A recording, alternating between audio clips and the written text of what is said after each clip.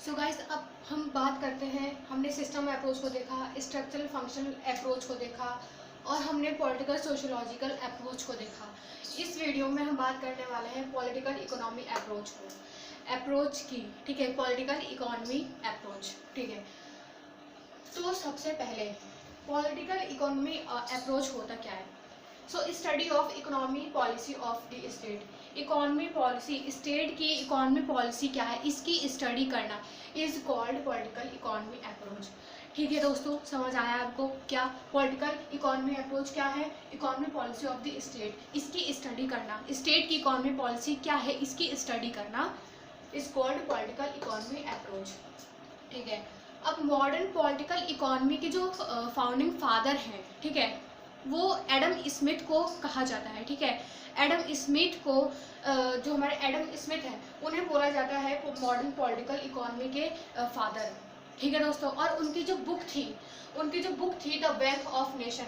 Guys, you have to write. ठीक है, आपको कोट करना है, आपको लिखना है आंसर में। ठीक है, तो बुक काफ़ी इंपॉर्टेंट होती है बुक, और मतलब स्कॉलर्स के व्यूज़ और इनकी बुक आधा एक नंबर मिलने में काफ़ी आसानी होती है। तो ये बुक है उनकी the wealth of nation. He was supporter of legislative state. ठीक है, वो लेजिस्लेटिव स्टेट के सपोर्टर थे और मर्केंटलिज्म के वो क्रिटिक थे। ठीक है, ये बात आपको ध्यान रखनी है।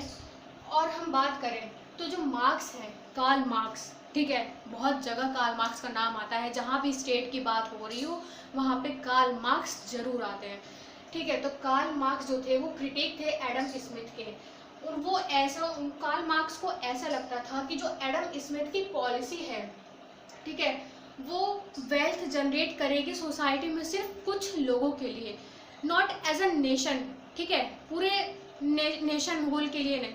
ठीक है, तो ये था मतलब उनका, not to nation as a, पूरे नेशन के लिए नहीं, सिर्फ कुछ लोगों के लिए जो वेल्थ है वो जनरेट होगी, कुछ लोगों को सिर्फ फ़ायदा होगा। किसकी पॉलिसी से? एडम स्मिथ की पॉलिसी से। क्रिटिसिज्म है ये कार्ल मार्क्स का। ठीक है दोस्तों, तो यहाँ पे मॉडर्न टाइम में जाके जो मॉडर्न टाइम में दो मतलब यहाँ पे भी दो वो हो गया क्या, एक तो लिबरल और एक मार्क्सिस्ट। अब जब क्रिटिक हो गया, क्रिटिसिज्म हो गया, तो यहाँ पे खुद एक लिबरल में क्लासिकल और नियो लिबरल। ठीक है, हमने क्लासिकल अप्रोच के बारे में बात की हुई है कि क्लासिकल अप्रोच क्या होता है, क्लासिकल लिबरलिज्म क्या होता है। तो क्लासिकल लिबरलिज्म में स्टेट का कोई इंटरफेयर नहीं था। ठीक है, और नियो लिबरल में भी जो मार्केट है उसको फ्री छोड़ा गया कि भाई ये हुआ कि मार्केट जो है वो फ्री काम करेगा। अब हम बात करते हैं मार्क्सिस्ट की। ठीक है, तो जो मार्क्सिस्ट है वो भी दो में डिवीज़न हुआ, इंस्ट्रूमेंटलिस्ट और स्ट्रक्चरलिस्ट। ठीक है, इंस्ट्रूमेंट मतलब स्टेट जो है वो इंस्ट्रूमेंट है किसका? कैपिटलिस्ट क्लास का। जैसे कैपिटलिस्ट क्लास बोलेगी वैसे ही स्टेट करेगा। और स्ट्रक्चरलिस्ट मतलब कुछ सिचुएशन में जब सब कुछ ठीक होगा तो जो गवर्नमेंट है, जो स्टेट है, वो मतलब इक्वल होगा दोनों की तरफ।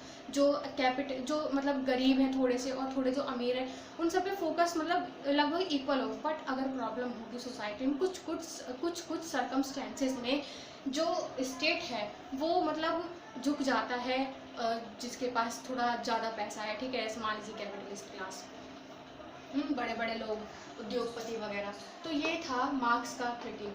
ठीक है, अब जो मेन स्कॉलर जो है वो है अमर्त्य सेन, हमजा अलवी और अतुल कोहली। अतुल कोहली जो है उन्होंने एनालाइज किया है, क्या एनालाइज किया है? लैंड रिफॉर्म जो हुआ था इंडिया में, उसके प्रोसेस को मतलब एनालाइज किया उनसे। ठीक है, कौन? अतुल कोहली। तो बस ये था हमारा पॉलिटिकल इकोनॉमी अप्रोच। काफ़ी इजी टॉपिक्स है, काफ़ी छोटे टॉपिक्स हैं।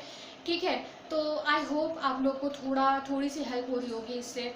तो थोड़ी सी भी हेल्प हो तो बताइएगा ज़रूर। ठीक है, अपना जो भी आपने सीखा इससे।